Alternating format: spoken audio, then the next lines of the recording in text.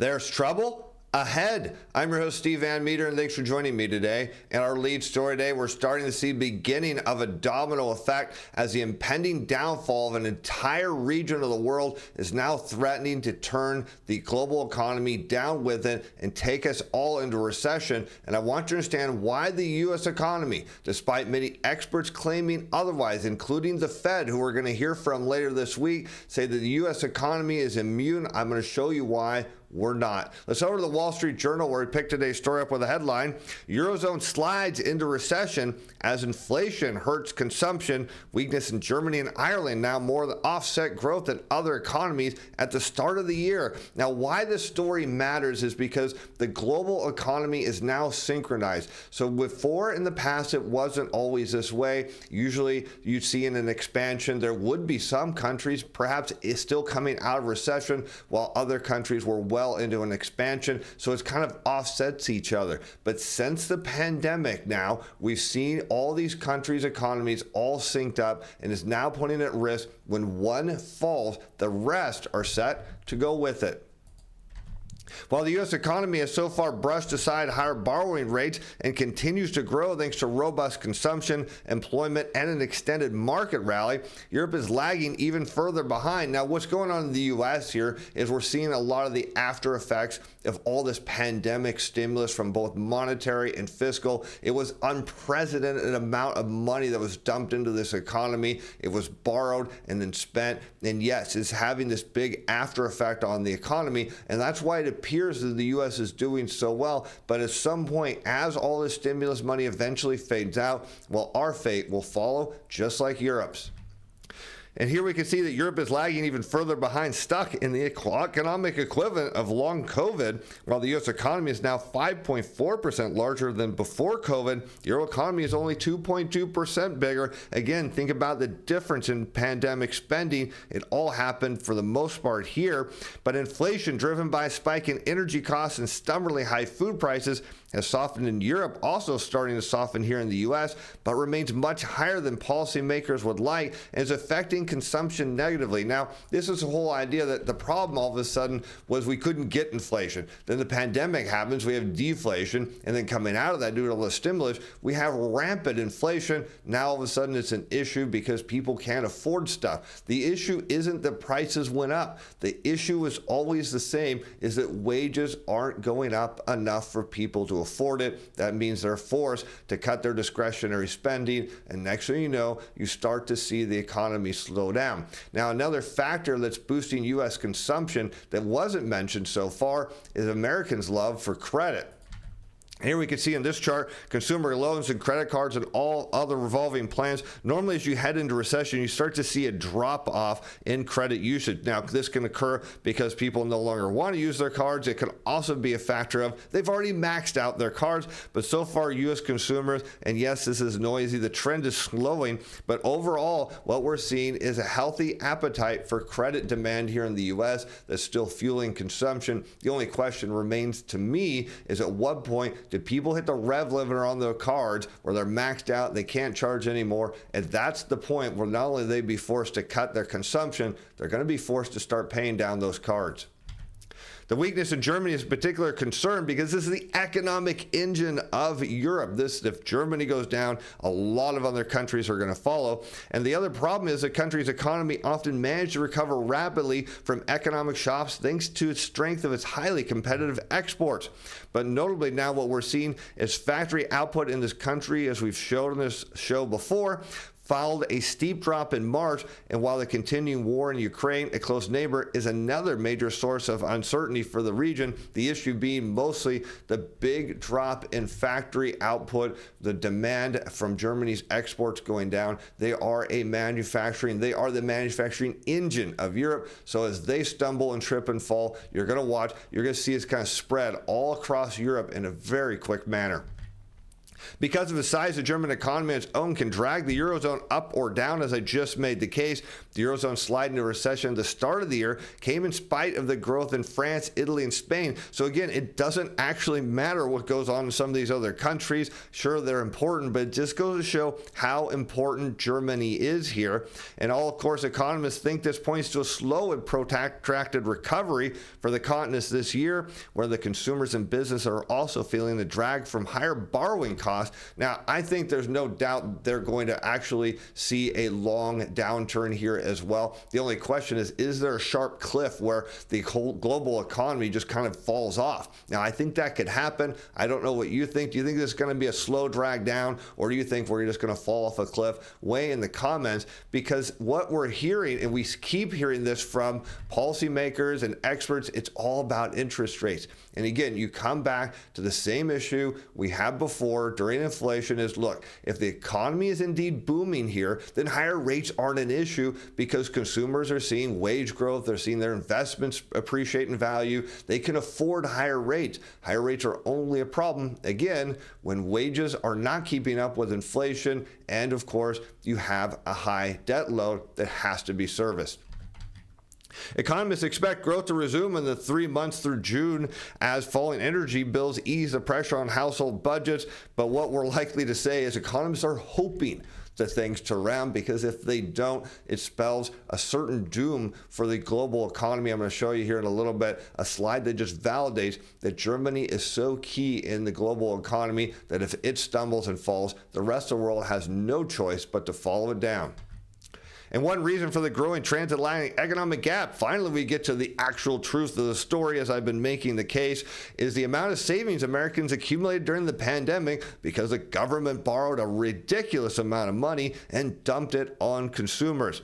Estimates say that excess savings in the U.S. stood around 8.3% of annual economic output at the end of 2022, while the Eurozone was just over 5%. And in the meantime, Americans have been more willing to draw on those savings, and they're also, as we pointed out earlier, more willing to actually use credit. So the U.S. economy has got a little bit of leg left to it, but as we enter earnings season here pretty soon, we're going to find out what the real truth is behind the consumer. And here's why Germany matters so much. We have the gross domestic product for Germany, that in blue, and now in red, the U.S. economy. And you can see kind of going into the early 2000s, they weren't that synchronized. And then in the global financial crisis, everything started to kind of get in line together. And going into the pandemic, of course, everyone came down. But look at how tight they are going out of the pandemic as we see together. Now what we know is Germany in blue leading the U.S. economy down, leading the global economy down. And there's not much we can do to stop that. And it's giving us this indicator, because Germany is such a big exporter to China. As we look over to China now, we see the same thing happening there that's going on in Europe, a major slowdown.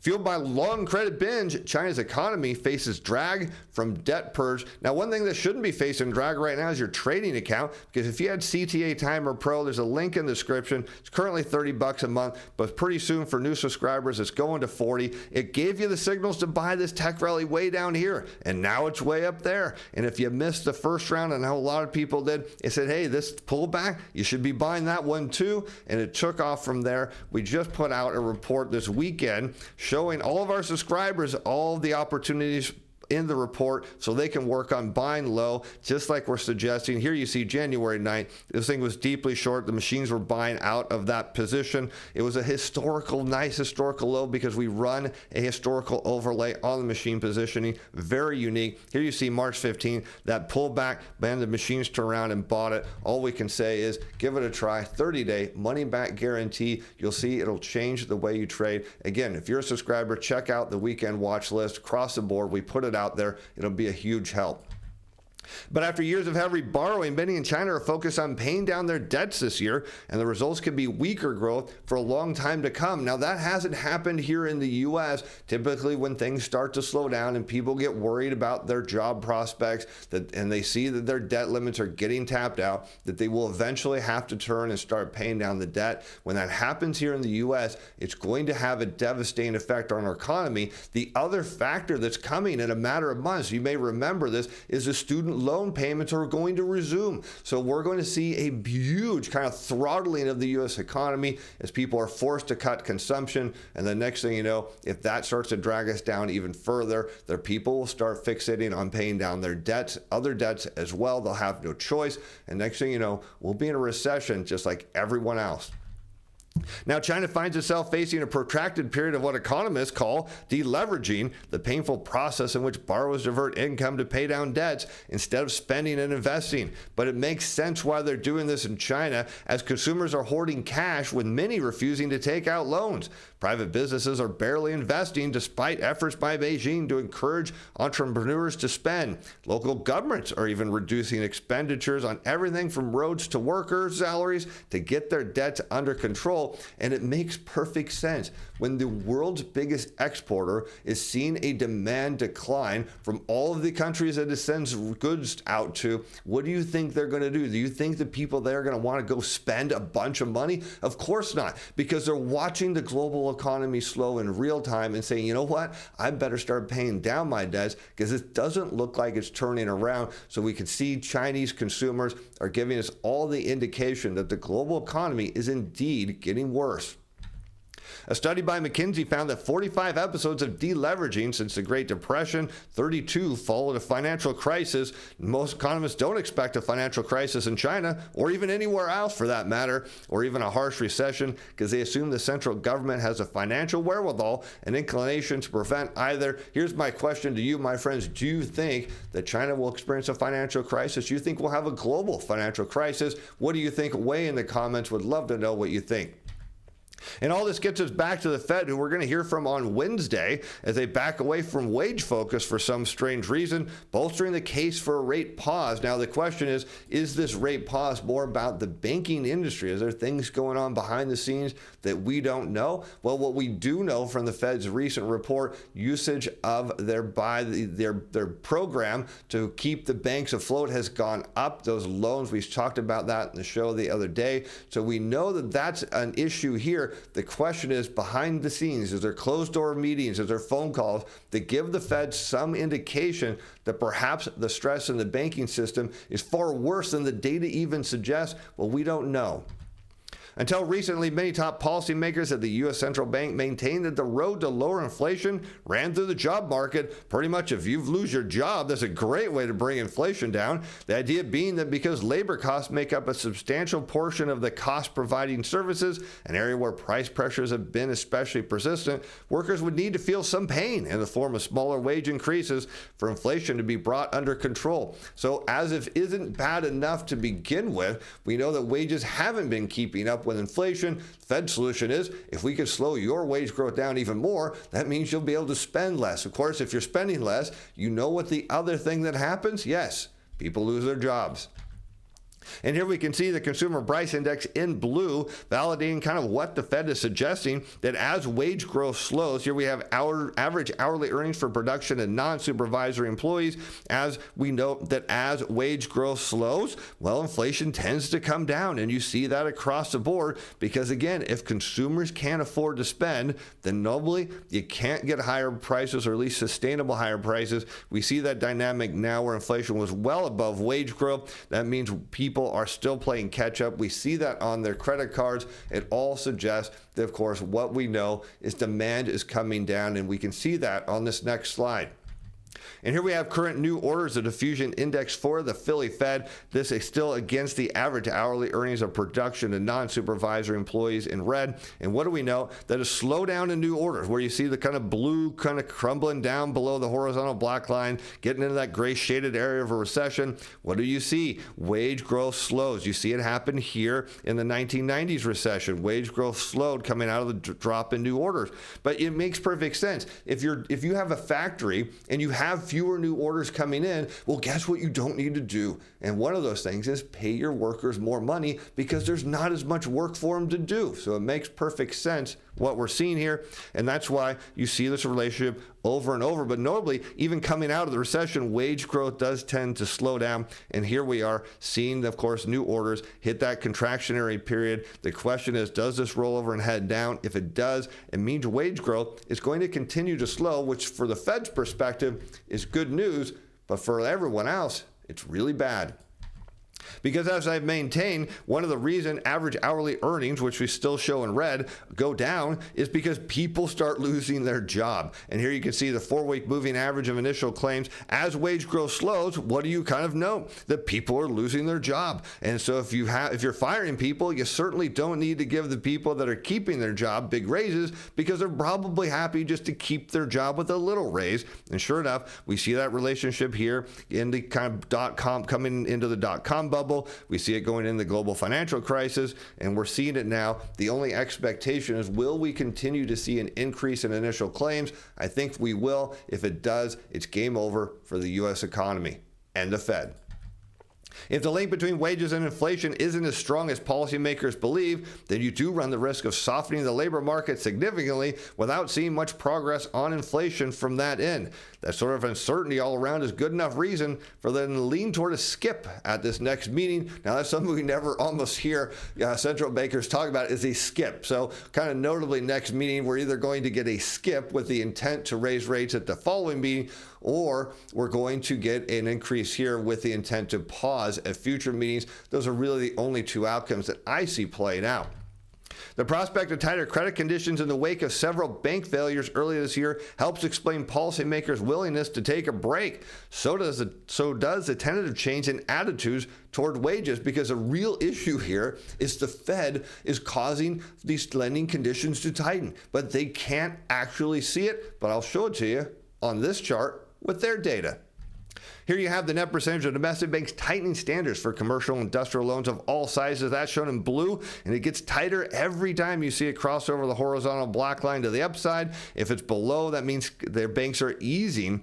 In this case, we see they're very tight, consistent with where recessions are at. We know based on the latest Fed report that that senior loan officers plan to further tighten lending conditions. And we've got this against the yield curve, the 10-year, 2-year, where we take 10-year yields, subtract 2-year yields. And look at this, when they invert, because remember, banks borrow at the short end of the curve, lend at the long end of the curve. When it's inverted, they can't really make money on those loans, so they tighten lending standards as a result. Here you can see if the Fed were to hike rates, you can only imagine the yield curve is going to actually invert more. Banks in turn tighten lending standards, and as you're about to see, that leads to more and more layoffs.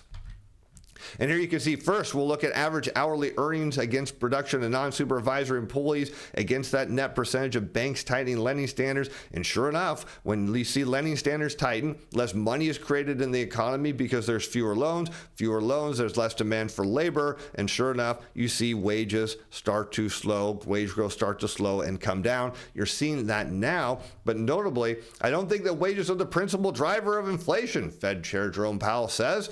I think wages and prices tend to move together, and it's very hard to say what's causing what. Well, Jerome, isn't that your job to actually know this? Maybe not. But what we can see here is the president and founder of Inflation Insight said wage pressures don't map neatly to categories of the consumer price index that have played the biggest role in boosting services inflation. We don't know for sure, but it feels like, and the data is suggesting that things may have slowed down more than you'd like to see. Now tomorrow, we're going to get the CPI report, and here's the answer to that question. The CPI is all function of energy prices. As you can see, U.S. regular, all formations of gas prices in red, suggesting, my friends, the CPI is indeed coming down. And with that, we'll also see a global recession. I'm Steve Van Meter. Thanks for watching. Thanks for being fans. Bye now.